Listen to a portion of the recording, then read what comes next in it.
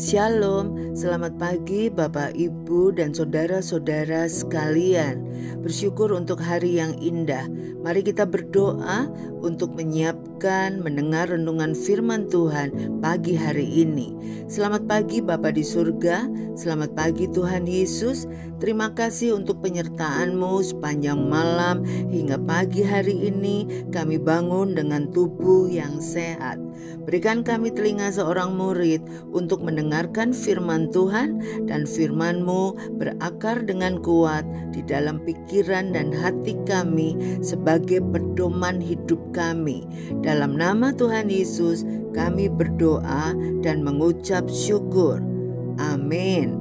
Tema kita pagi ini, motivasi Yesus bergaul, diambil dari Lukas 5 ayat 27 sampai 32. Kemudian ketika Yesus pergi keluar, ia melihat seorang pemungut cukai yang bernama Lewi sedang duduk di rumah cukai. Yesus berkata kepadanya, "Ikutlah aku." Maka berdirilah Lewi dan meninggalkan segala sesuatu lalu mengikut dia. Dan Lewi mengadakan suatu perjamuan besar untuk dia di rumahnya, dan sejumlah besar pemungut cukai dan orang-orang lain turut makan bersama-sama dengan dia. Orang-orang Farisi dan ahli-ahli Taurat bersungut-sungut kepada murid-murid Yesus. Katanya, "Mengapa kamu makan dan minum bersama-sama dengan pemungut cukai dan orang berdosa?" Lalu jawab Yesus kepada mereka, katanya, "Bukan orang sehat yang memerlukan tabib, tetapi orang sakit. Aku datang bukan untuk memanggil orang benar, tetapi orang berdosa supaya mereka bertobat." Saya sempat melakukan kesalahan fatal pada masa-masa awal mengikut Kristus. Saya menarik diri dari pergaulan dengan orang-orang yang belum percaya kepada Kristus dan hanya berinteraksi seperlunya saja dengan mereka. Saya gagal melihat bahwa dalam pergaulan yang lebih terbuka, selama masih dalam batasan firman Tuhan, ada kesempatan untuk bersaksi dan membawa orang lain untuk bertobat dan percaya kepada Kristus.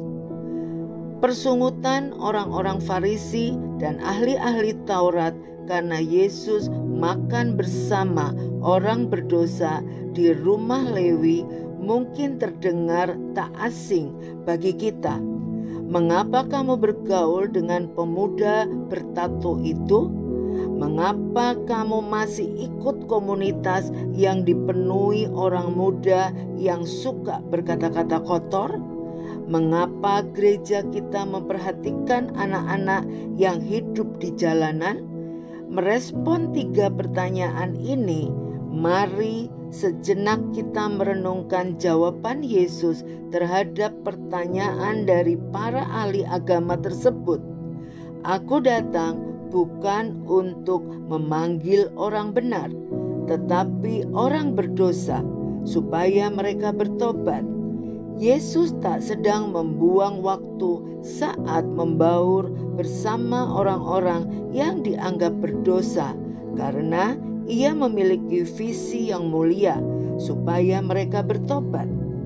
Motivasi yang sama dapat menggerakkan kita saat bergaul dengan orang-orang yang dianggap berdosa atau hidup kacau.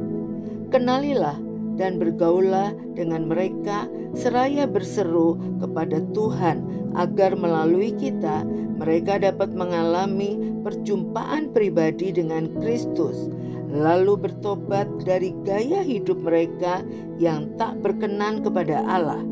Maukah kita dipakai olehnya? Dalam hati yang penuh belas kasihan, senantiasa ada kerinduan untuk melihat orang lain bertobat. Mari kita berdoa. Terima kasih Tuhan Yesus untuk kebenaran firman-Mu. Hari ini kami belajar bahwa Tuhan Yesus datang untuk membuat orang-orang yang belum bertobat, belum mengenal Yesus, lalu bertobat dan mengenal Yesus. Tuhan Yesus, berikan kami hati yang berbelas kasihan kepada jiwa-jiwa di luar yang belum mengenal Yesus. Jadikan kami saksimu, jadikan kami alatmu untuk membawa berita Injil keselamatan kepada orang-orang di sekitar kami.